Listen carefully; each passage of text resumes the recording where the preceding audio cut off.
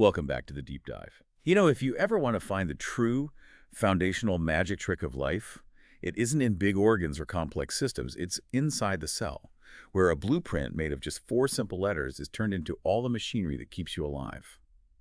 Today, we are deep diving into the process of protein synthesis and the genetic code, really the ultimate instruction manual. Our mission is to understand, down to the biochemical foundation, how the information in DNA is so accurately translated into the proteins that do all the work. And this process is so fundamental that mastering it explains, well, everything.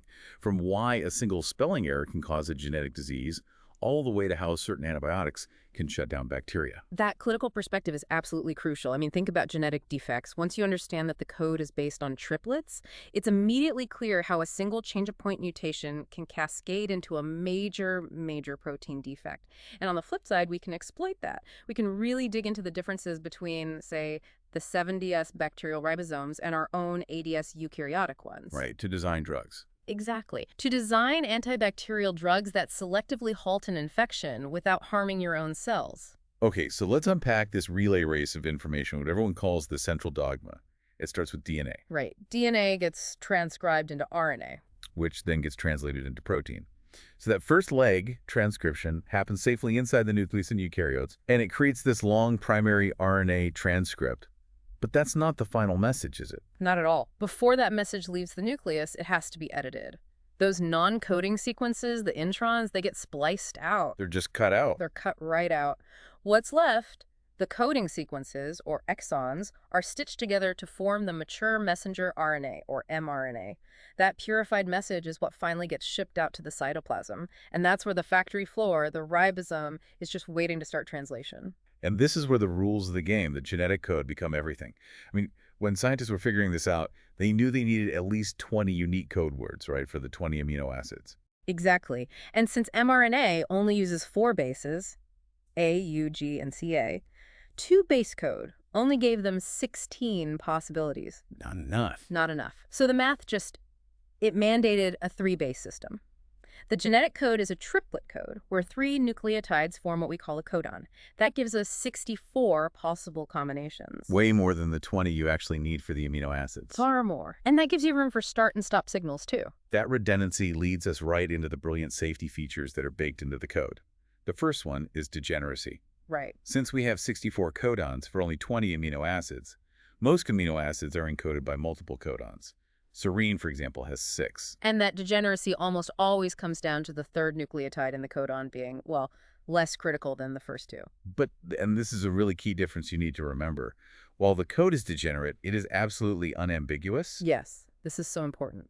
A specific codon, like UUU, will always and only ever specify phenylalanine. There's no confusion.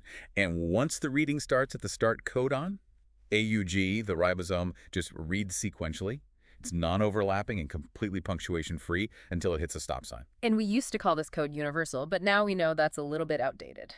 There are some fascinating exceptions. Like in mitochondria. Exactly, in mammalian mitochondria, which have their own translation machinery.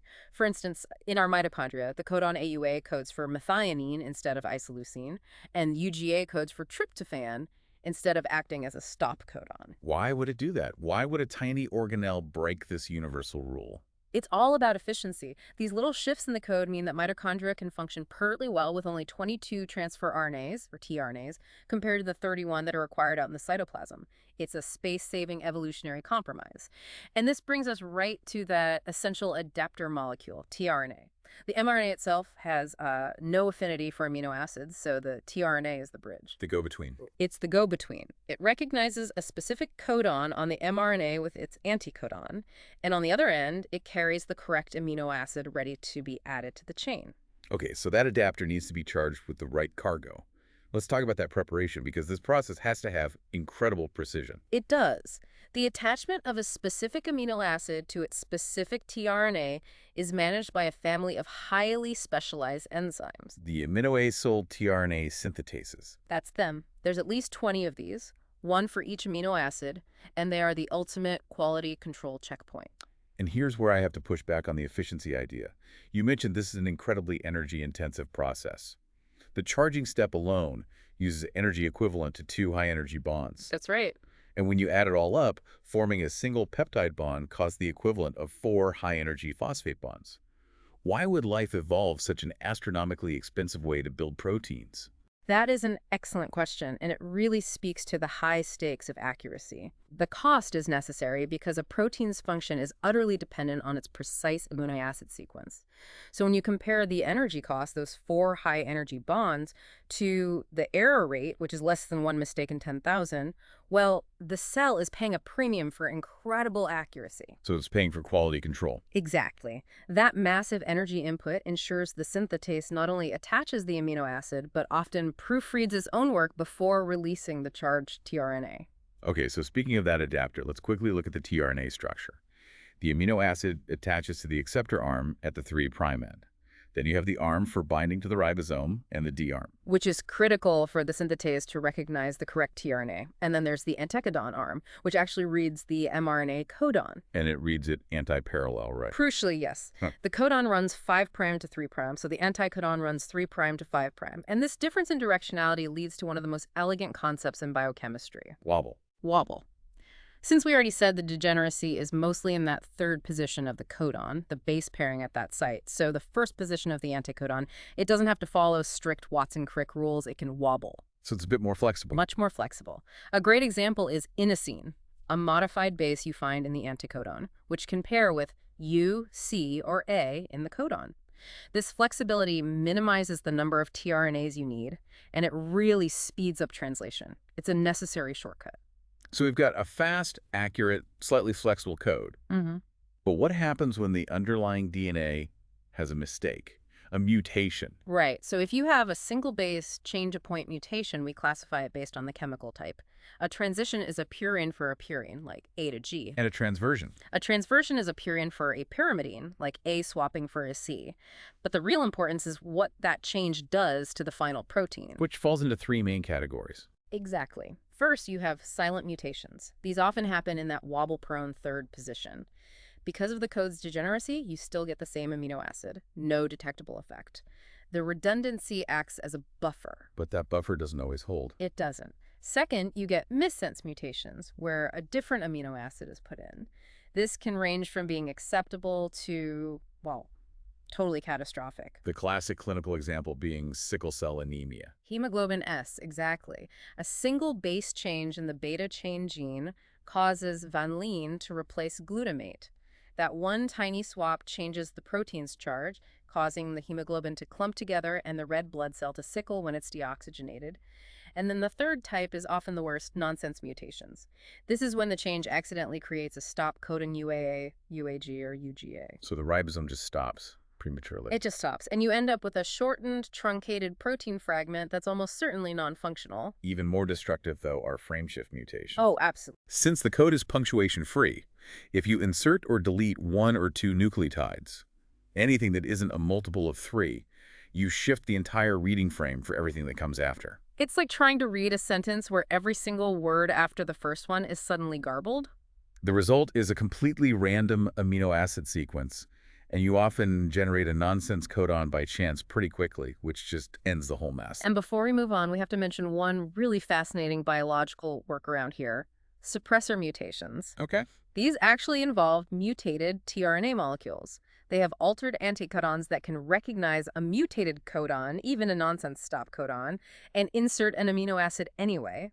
They just override the mutation. That sounds like a brilliant cellular fix. It is, but it comes with a huge trade-off. That suppressor tRNA can't tell the difference between a mutated stop codon and a normal termination signal. Oh, so it messes up the normal process too. It does. It suppresses normal protein termination all over the cell, which often decreases viability because you end up with these abnormally long read-through proteins from healthy genes. The cell is always making these cost-benefit analyses. Okay, let's move into the factory itself, the ribosome. Translation is a 3-phase process: initiation, elongation, and termination. Right. The ribosome reads the mRNA 5' to 3', building the protein from its N-terminus to its C-terminus. And eukaryotic initiation is pretty intricate. It is. First, the ADS ribosome separates into its 40S and 60S subunits. The smaller 40S subunit then binds the initiator tRNA that's carrying methionine. This is all powered by a key factor, EIF2, which is bound to GTP. And that complex then finds the mRNA using the cap, right? Yes, that 5' cap. It helps recruit a big complex of initiation factors that then scan along the mRNA.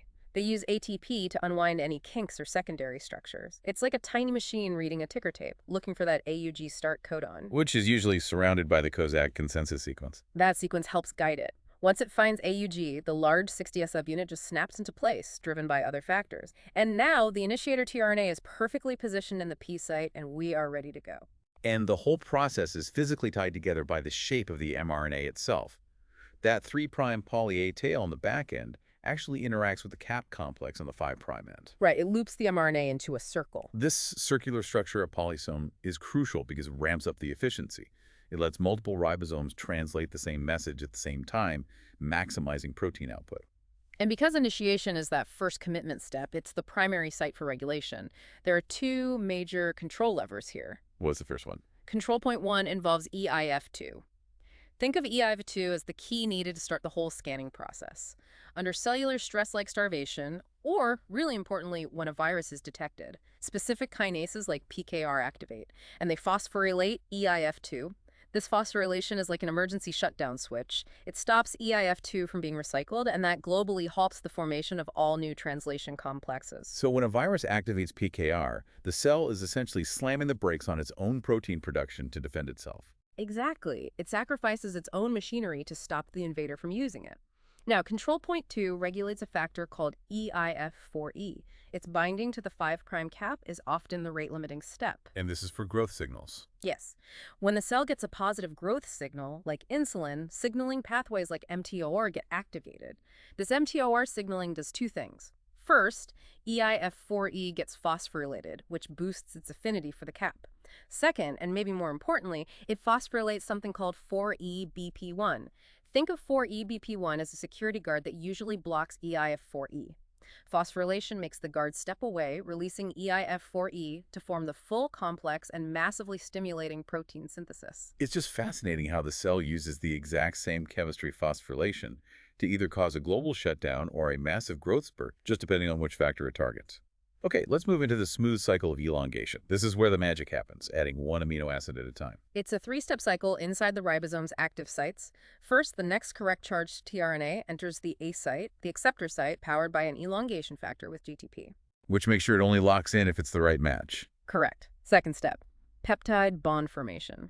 An enzyme called peptidyltransferase catalyzes the transfer of the growing chain from the tRNA in the P site onto the amino acid in the A site. And this is where we get one of the deepest insights in all of biology. It really is. That peptidyltransferase activity is not a protein enzyme. It resides entirely in the 28S ribosomal RNA of the 60S subunit.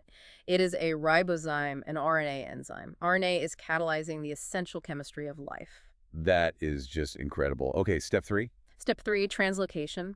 Another elongation factor, EF2 GTP, binds, and it causes the entire ribosome to ratchet forward one codon along the mRNA. So everything shifts over. Everything shifts. The peptidyl tRNA moves from the A site to the P site, and the now empty tRNA moves to the E site, the exit site, where it gets ejected, ready to be recycled. This cycle, remember, needs 4 high-energy phosphate bonds for just one amino acid, but it's fast. Eukaryotic ribosomes can add up to 6 amino acids per second. And this continues Until elongation hits a stop codon UAA, UAG, or UGA in that A site. Then the process enters termination. No tRNA recognizes these codons. Instead, a releasing factor, RF1, arrives. And what does it do? This complex promotes the hydrolysis of the bond between the peptide and the tRNA, basically substituting a water molecule for the next amino acid. The finished protein is released, and the ribosome subunits fall apart, ready to start again. And even then, the protein's life isn't over. Many are made as inactive precursors, like proinsulin or procollagen. This post-translational processing involves modifications, cleavage, disulfide bridges, hydroxylation, before they become truly functional. That's right. Let's circle back to clinical relevance and look at how this machinery can be ruthlessly exploited. Let's start with viruses. Poliovirus is just a spectacular example of biological piracy. It really is. Its mRNA doesn't use the standard 5' cap. It uses an internal ribosomal entry site, or IRS, instead. So how does it take over? To make sure the host cell focuses on making viral proteins, the virus makes a protease that specifically cleaves the host's key initiation factor, EIF4G. Which stops all host translation. Instantly, it halts all capped host mRNA translation. But the brilliant, terrible part is that the leftover fragment of that cleaved 4G can still direct the 40S subunit specifically to the viral IRs. Giving the virus a massive selective advantage. A huge advantage. And finally, as we noted, antibiotics exploit that 70S-80S difference. We see this with tetracycline, which blocks tRNA from binding to the bacterial A site, Chloramphenicol. which binds the bacterial 23S rRNA and inhibits the peptidyl transferase again, blocking that essential ribozyme activity. This is why they're selectively toxic to bacteria. And some toxins do the reverse, right? They target us. They do. Toxins like diphtheria toxin target eukaryotic cells, specifically inactivating our EF2. Or ricin, which inactivates our 28S rRNA by chemically snipping out a single adenine base. These just show how precise the targeting has to be to halt protein synthesis entirely. So to wrap this all up, what are the core takeaways? I'd say there are three. First, the code is unambiguous but degenerate, which provides this critical genetic buffer against mutations, especially thanks to the wobble effect. Good. Second, translation is incredibly energy intensive, 4 high-energy bonds per residue, because precision is absolutely paramount, and part of that precision is managed by RNA itself acting as an enzyme, a ribozyme. And a third. Third, the initiation step is the regulatory hotspot. It uses phosphorylation of factors like EIF2 and EIF4E to quickly execute these massive global shutdowns, or conversely, to spur huge growth. So once an mRNA is fully processed, the cell has to make a strategic decision. Do we translate this protein now, or do we file it away for later? This dynamic choice between active translation on polysomes versus temporary storage in these compartments called P-bodies is constant. So the provocative thought for you to consider is this.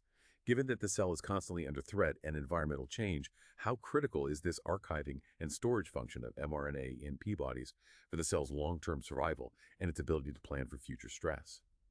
Thank you for joining us for this deep dive into the code that builds you. We hope this gave you a clear understanding of the amazing molecular factory operating inside every one of your cells. We'll see you next time.